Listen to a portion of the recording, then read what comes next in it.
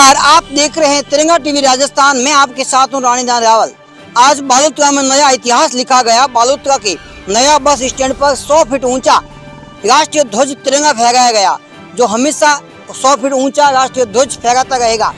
लेकिन इस राष्ट्रीय ध्वज में रंग बदल कर कैसे फहराया गया, कब इस राष्ट्रीय ध्वज में बदलाव हुआ, आखिर इस राष्ट्रीय ध्वज में 3 रंग है, 3 रंगों में बदलाव क्यों हुआ, हम आपको पूरी यात्रा दिखाएंगे। राष्ट्रीय ध्वज यहाँ तक पहुँचा जहाँ से इस राष्ट्रीय ध्वज तिरंगे की यात्रा प्रारंभ हुई, और यात्रा प्रारंभ होकर कब प्रारंभ हुई और यहाँ कब पहुँचा।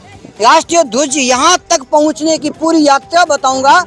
उससे पहले आप ध्यान दीजिए कि हमारे राष्ट्रीय ध्वज में रंग कैसे बदला, कौन सा रंग होना चाहिए, कब था, और आज इस ध्वज में कौन सा रंग है, और किस रंग में किस रंग में हमारा भारत का राष्ट्रीय ध्वज अब लहरा रहा है, नील गगन में, ऊंचे गगन में लहरा रहा है, और राष्ट्रीयता की ओतप्रोत की भावना के साथ लोगों को यहाँ पर याद दिलाता है और लोगों को यह खींच लाया है हमारा राष्ट्रीय ध्वज।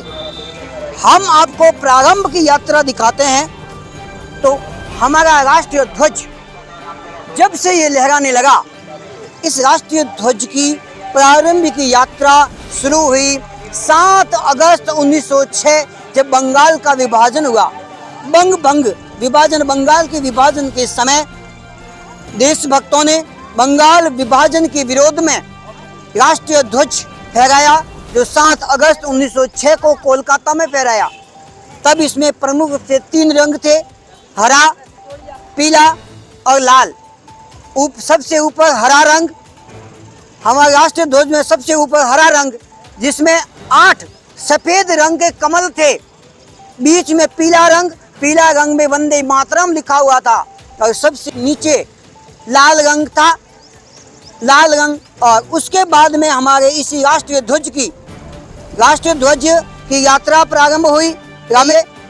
हमारे राष्ट्रीय ध्वज में आपको बताया सबसे ऊपर हरा रंग, जिसमें 8 कमल के फूल, बीच में पीला वंदे मातरम, और सबसे नीचे लाल रंग था। लेकिन समय बदलता गया और 1921 का समय आया, तब हमारे भारतीय ध्वज में, राष्ट्रीय ध्वज न कहकर भारतीय ध्वज, तत्कालीन समय की बात करें, 2 रंग थे, लाल और हरा।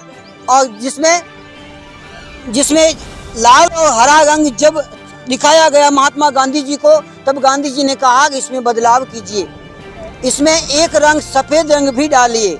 तब समय 1921 के बाद में समय 1931 का आया।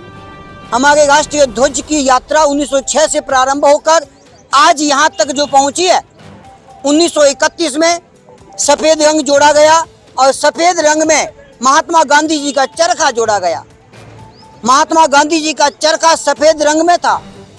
ज्यों-ज्यों हमारे राष्ट्रीय ध्वज की यात्रा आगे बढ़ती गई, तब तक 22 जुलाई 1947 को हमारे वर्तमान राष्ट्रीय ध्वज की अंतिम रूपरेखा तैयार की गई। तब सफेद रंग में से चरखा को हटाकर केवल अशोक चक्र को रखा गया, जिसमें आसमानी रंग में 24 पट्टियां थी।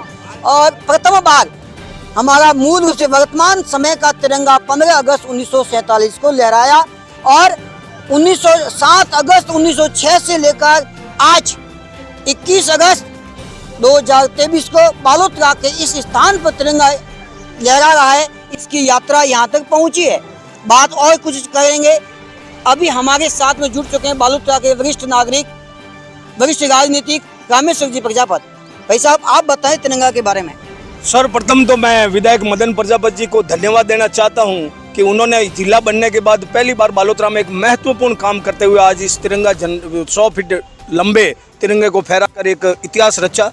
साथ ही तिरंगे के बारे में आपने काफ़ी कुछ बता दिया है, आन बान शान की प्रतीक, और खासकर अगस्त जो क्रांति दिवस, जो क्रांति के महीने के रूप में शुरू हुआ था, उस 21 अगस्त को 21 कामों का शिलान्यास। इससे बालोतरा में, यहाँ के क्षेत्रीय लोगों में बहुत बड़ी खुशी और हर्ष और गर्व की अनुभूति महसूस हो रही है। मैं मदन प्रजापति का एक बार और धन्यवाद और आभार व्यक्त करता हूँ। इस प्रकार कहा जाता है कांग्रेस पार्टी राष्ट्रीय विरोधी है, कांग्रेस पार्टी हिंदू धर्म विरोधी है, तो क्या तिरंगा ध्वज लगाने से उनकी मतलब इस सवाल को जवाब नहीं मिल गया होगा कि कांग्रेस पार्टी देश विरोधी नहीं है, राष्ट्र विरोधी नहीं है, और मदन जी प्रजापत रामचरित मानस सुंदरकांड का पाठ कराते हैं, तो इससे ये भी जवाब नहीं मिल गया होगा कि धर्म विरोधी कांग्रेस पार्टी नहीं है। पहली बात तो ये है, राजनीतिक आरोप प्रत्यारोप करना एक अलग बात है, बाकी कांग्रेस कभी धर्म विरोधी नहीं रही है। कांग्रेस सर्व धर्म समभाव को देखते हुए धर्म निरपेक्षता को लेकर चलती है, और उसके साथ ही आज जो तिरंगे को लेकर हमारे ऊपर आरोप लगा रहे हैं,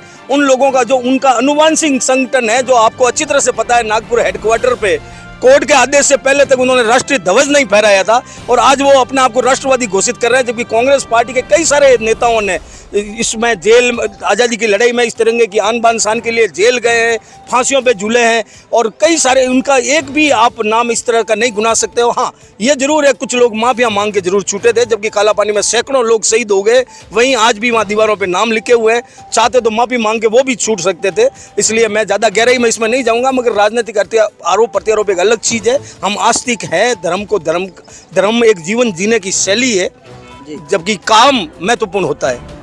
लेकिन तो ये तिरंगा किसी धर्म, वर्ग विशेष, राष्ट्रीय मतलब किसी पार्टी विशेष का नहीं होकर देश का है, तो यहाँ पर सभी को आना चाहिए, केवल कांग्रेस के पदाधिकारी, बीजेपी वालों को आना चाहिए। ये तो सवाल उनसे करना चाहिए जो नहीं आए, और वैसे कुछ लोग यहाँ आए भी थे, सभापति मैडम आई हुई थी, 3-4-5 पार्षद भी यहाँ आए थे, और बाकी ये सवाल आपको उनसे करना चाहिए।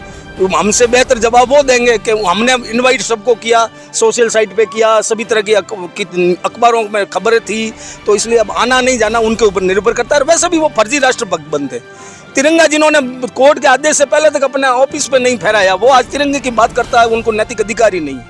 आपसे हमारे साथ बालोतरा के वरिष्ठ राजनीतिक राजनेता रामेश्वर लाल जी प्रजापत और तिरंगा टीवी राजस्थान के माध्यम से आपको तिरंगा यहाँ तक पहुँचा, इसकी पूरी यात्रा बताई कि तिरंगे में रंग कैसे बदला, कब बदला।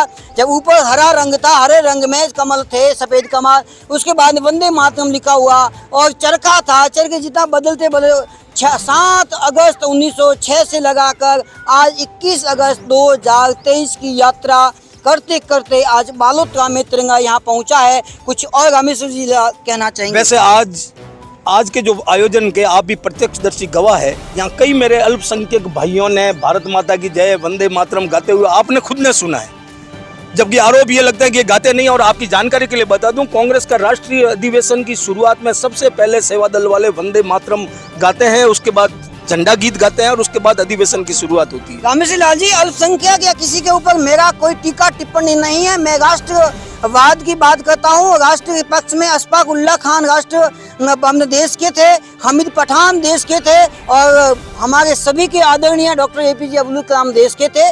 हमें किसी भी धर्म, पार्टी, वर्ग विशेष पर टीका टिप्पणी करने का कोई अधिकार नहीं है। जब बात करते रहिए राष्ट्रवाद की।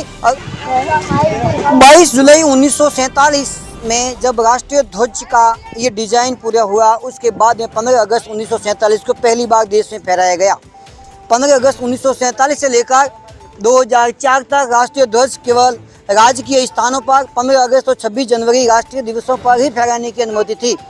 2004 को नया संविधान संशोधन सुप्रीम कोर्ट के आदेशानुसार भारत की सब जगह, देश के सभी इलाकों में, सभी स्थानों पर आन मान सम्मान से फहराने का आदेश पारित हुआ, और 2004 के बाद कोई भी व्यक्ति अपनी गाड़ी पर और अपने घरों पर फहरा सकता है। और इसी के साथ राष्ट्रीय ध्वज की यात्रा आज बालोतरा पहुंची, और यहाँ सभी बालोतरा जिले के लोग खुद को गौरवान्वित महसूस कर रहे हैं। देखते रहिए तिरंगा टीवी राजस्थान। जय हिंद, जय भारत।